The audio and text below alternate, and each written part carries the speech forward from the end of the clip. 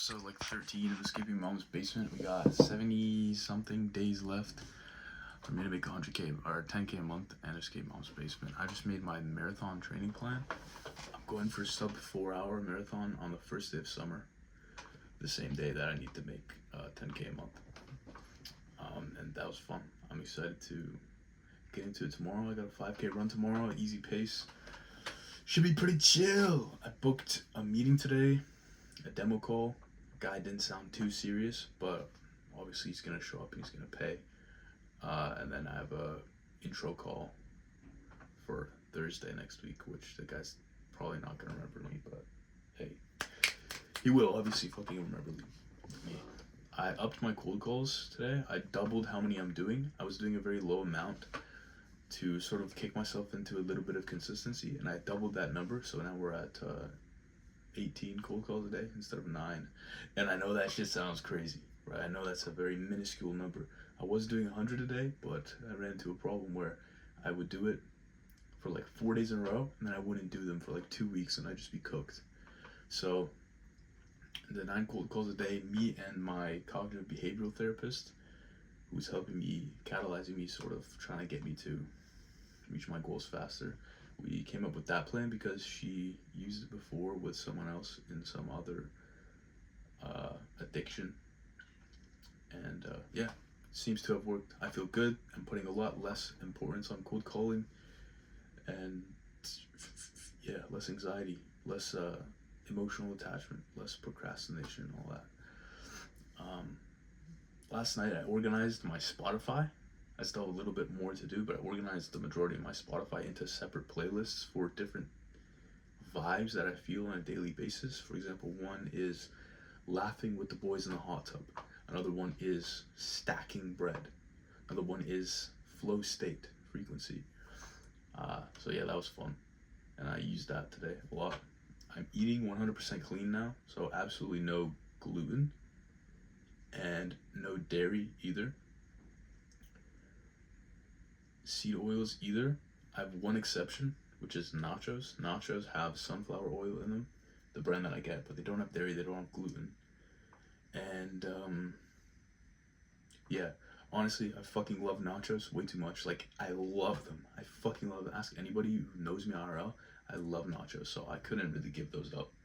And I'll definitely get a brand that doesn't use seed oils in the future, but right now I know I can stay consistent with this method, and there's just gonna be a few tiny bit of seed oils in my system, and that's all right. You know what? That's fucking fine. I want to do so many different things right now, and I'm having trouble prioritizing what my main goal is. Well, actually, I know my main goal is to make 10k a month, and I know that going to the gym helps me get there, and training for this marathon also helps me get there. But I also want to make better videos, because the videos I'm making right now are kind of ass. They're kind of ass. I want to make better videos, and I think that's one of those things I have to sacrifice right now in order to make 10k a month, so I can get a better phone, better camera, and maybe hire an editor so that he can edit videos and it's not on my plate, you know. But I really want to make better videos because I fucking love content creation. At the start of this whole shit, I used to make videos on IG, and that was really fun, and I kind of miss that. But I also used it as productive procrastination and academy for making money. So I'm gonna have to reflect about that a little more. I do want to document a lot of this marathon training stuff and this first kind of 90 days where I go from 0 to 10k a month. Everyone knows that that is basically the best part of the story, you know. So I'm having trouble figuring out how I want to document it and whether I want to do a really good job of documenting it or just make videos like this. And yeah, because I just watched Daniel Dalen's new video, 2 Weeks in the Life of Daniel Dalen. That shit was so fire. It was so good. Like, it was like a movie. And I love that shit. I want to make content like him. He's a big inspiration to me. But I don't have the resources right now or the time, really. So yeah, I'm gonna go to bed now. That's my check-in. I want to vlog more. I posted a couple vlogs and they were alright, but I want to vlog more. And yeah, pretty much all I gotta say. Got a pretty decent day tomorrow. Cooking, starting marathon training, cold calls. I'm gonna get a lot done. I feel good. I feel good mentally. Whenever I get knocked off frequency, I'm getting quicker and quicker and hopping back on. You know, quicker and quicker hopping back on. Another thing. This is my dad. He died a year and a half ago, ish. And I never really cried. I cried once. And I never really like fully felt the emotions of him being gone, you know? And yesterday, I found a song that reminded me of him.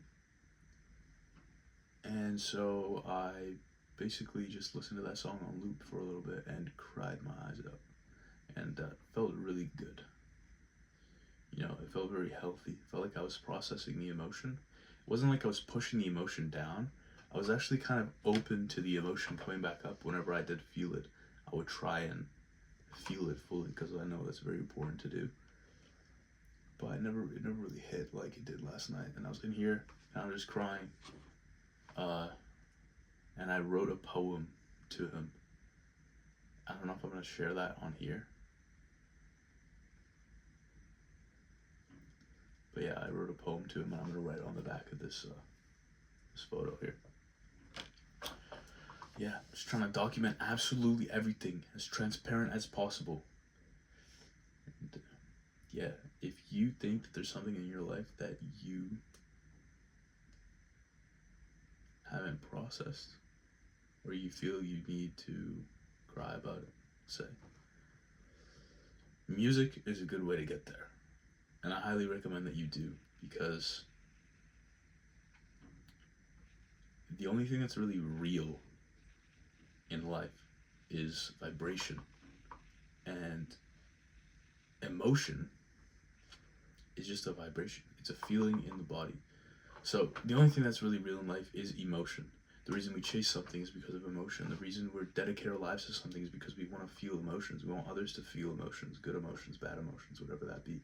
A lot of people are driven by pain. A lot of people are driven by pleasure. So if you connect with something that happened to you on a deeper level and you use it to drive you, not even use it, but you let it fuel you, it's good to go feel those emotions again. You know, if you're already making $1 million a month and you're feeling not connected to the work, meaningless, it's good to go out and immerse yourself in the positive emotions of what you're doing, the people that you're impacting.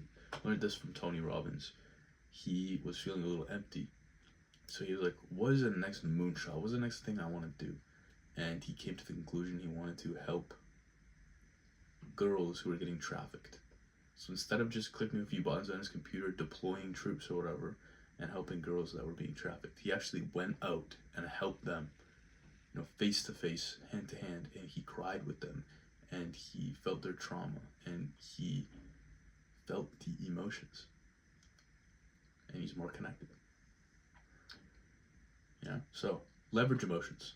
Stoicism is not feeling emotions. Stoicism is learning how to use emotion and become grateful for every emotion. And with that, good night.